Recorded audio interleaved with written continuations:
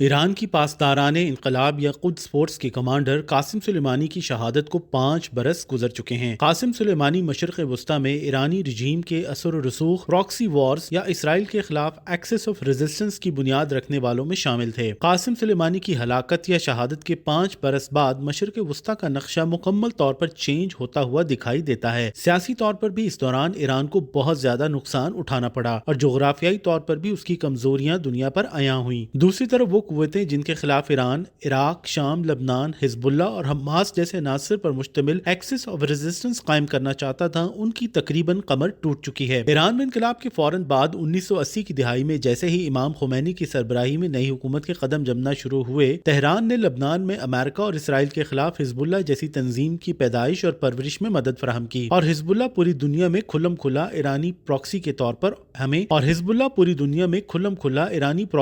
پر ہمیں ایکٹیو دکھائی دی۔ جنرل قاسم سلیمانی کو ایران میں شہید انقلاب یا شہید مزاحمت کا درجہ دیا جاتا ہے۔ ان کی 5ویں برسی کے موقع پر ایران کے روحانی پیشوا یا سپریم لیڈر آیت اللہ علی خامنہ ای سمیت نئے صدر مسعود پزشکیان نے بھی انہیں زبردست انداز میں خراج عقیدت پیش کیا۔ دونوں رہنماؤں کی جانب سے انہیں ایک ایسی شخصیت قرار دیا گیا جس کا کوئی متبادل نہیں۔ آیت اللہ علی خامنہ ای نے اس موقع پر دعویٰ کیا کہ موجودہ مشکلات کے باوجود امریکہ اور اسرائیل کے خلاف مزاحمت میں آخری فتح ایران کی ہی ہوگی۔ آیت اللہ علی خامنہ ای نے لبنان اور یمن کو اسرائیل کے خلاف مزاحمت کی نئی علامات قرار دیا۔ اب یہاں یہ جاننے کی ضرورت ہے کہ حسن نصر اللہ، قاسم سلیمانی اور اسماعیل ہانیہ جیسی شخصیات کے دنیا سے جانے کے بعد ایران کا اس خطے میں اثر و رسوخ کس طرح سے متاثر ہوا ہے۔ عراق میں صدام حسین کی حکومت کی موجودگی تک تو عراق ایران کے شام اور لبنان جیسے ممالک کے ساتھ زمینی رابطے میں حائل تھا، لیکن 2003 میں امریکن حملے اور صدام حسین کی حکومت کے خاتمے کا سب سے بڑا یا سب سے زیادہ فائدہ ایران کو ہی ہوا، کیونکہ عراق میں اہل تشیع کے وزیر اعظم کی قیادت میں نسبتاً تہران دوست حکومت قائم ہوئی، اور بدامنی اور مقتدہ صدر جیسے گروہوں کی موجودگی کے باعث ایرانی اثر و رسوخ پیسے اور اسلحے کی صورت میں کھلم کھلا شام اور لبنان پہنچنے لگا۔ 2011 میں عرب دنیا انتشار یا عدم استحکام کا شکار ہوئی تو داعش یا دولت اسلامیہ جیسے انتہا پسند گروہ بھی سامنے آئے، جن کی موجودگی میں حیران کن طور پر ایرانی اثر و رسوخ مزید پھلا پھولا۔ شام میں پاسداران انقلاب کی موجودگی کے ساتھ عراق اور لبنان میں حزب اللہ اور دیگر عسکری گروہوں کی سرپرستی کے باعث ایران کی سرحدوں سے لبنان تک ایک ایسا حلقہ قائم ہوا جسے ایران ایکسس آف ریزسٹنس یا رنگز آف فائر کا نام دیتا چلا آیا ہے۔ لیکن پھر قاسم سلیمانی کی شہادت کے بعد ایک ایک کر کے ایران کے مزاحمتی در و دیوار گرتے چلے گئے۔ حماس کے اکتوبر 2023 میں ہونے والے حملے نے ایک طرح سے ٹریگر افیکٹ کا کام کیا، اور اسرائیل تمام تر عالمی قوانین اور روایات کو کھلم کھلا ڈٹائی کے ساتھ پیروں تلے رونتا ہوا غزہ پر چڑھ دوڑا اور اب اسے صفحہ ہستی سے مٹانے کے درپے ہے۔ ساتھ ہی اسرائیلی حکومت نے حزب اللہ کی قیادت کو بھی نیست و نابود کر دیا۔ عراق کے بعد افغانستان میں امریکی جنگوں نے تہران کی پوزیشن، سیاسی موقف اور مزاحمتی اتحاد کو مزید مضبوط کیا تھا۔ تہران نے ہر جگہ یہی موقف پیش کیا کہ امریکہ ایک ایک کر کے سب کو راستے سے ہٹاتا چلا جا رہا ہے تاکہ مشرق وسطی میں ایک گریٹر اسرائیل کے قیام کی راہ ہموار کی جا سکے۔ قاسم سلیمانی کی جانب سے اسرائیل کے گرد رنگز آف فائر کی حکمت عملی کو امریکہ نے بہت سنجیدگی سے لیا، اور یہی وجہ ہے کہ امریکہ نے ڈونلڈ ٹرمپ کی صدارت کے دور کے آخری دنوں میں ہی قاسم سلیمانی کا پتہ صاف کیا۔ امریکہ اور اسرائیل کو ٹف ٹائم دینے کے لیے ایران نے مشرق وسطی میں اربوں ڈالر کی سرمایہ کاری کی اور حزب اللہ جیسی تنظیم کو پال پوس کر بڑا کیا۔ دوسری طرف ایران کا ایٹمی اور بیلسٹک میزائل پروگرام بھی ہمیں خوب ترقی کرتا دکھائی دیا۔ تقریباً 5 سال قبل ڈونلڈ ٹرمپ نے براہ راست قاسم سلیمانی کے قتل کا حکم دیا، اور اب جب ٹرمپ وائٹ ہاؤس میں واپس لوٹ رہے ہیں تو ایران اس وقت 2 دہائیوں میں خطے میں ہر لحاظ سے کمزور پوزیشن میں ہے۔ ایک طرف تو مشرق وسطی میں وہ رنگز آف فائر بناتے بناتے خود فائرنگ رینج میں آ چکا ہے، یعنی کہ اب براہ راست اسرائیلی حملوں کا نشانہ بھی بن چکا ہے۔ اسرائیل کی جانب سے اسماعیل ہانیہ کے قتل